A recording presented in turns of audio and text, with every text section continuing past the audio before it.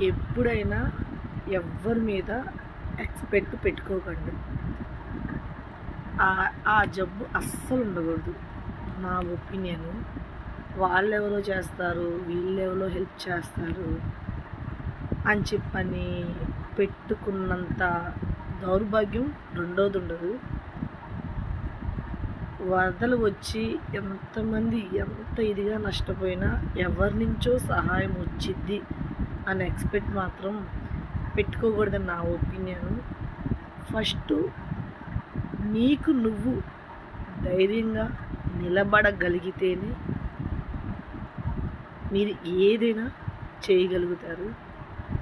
నీలోనే ఆ ధైర్యం లేకపోతే ఎవ్వరొచ్చి ఏ సహాయం ఇచ్చినా వేస్టు.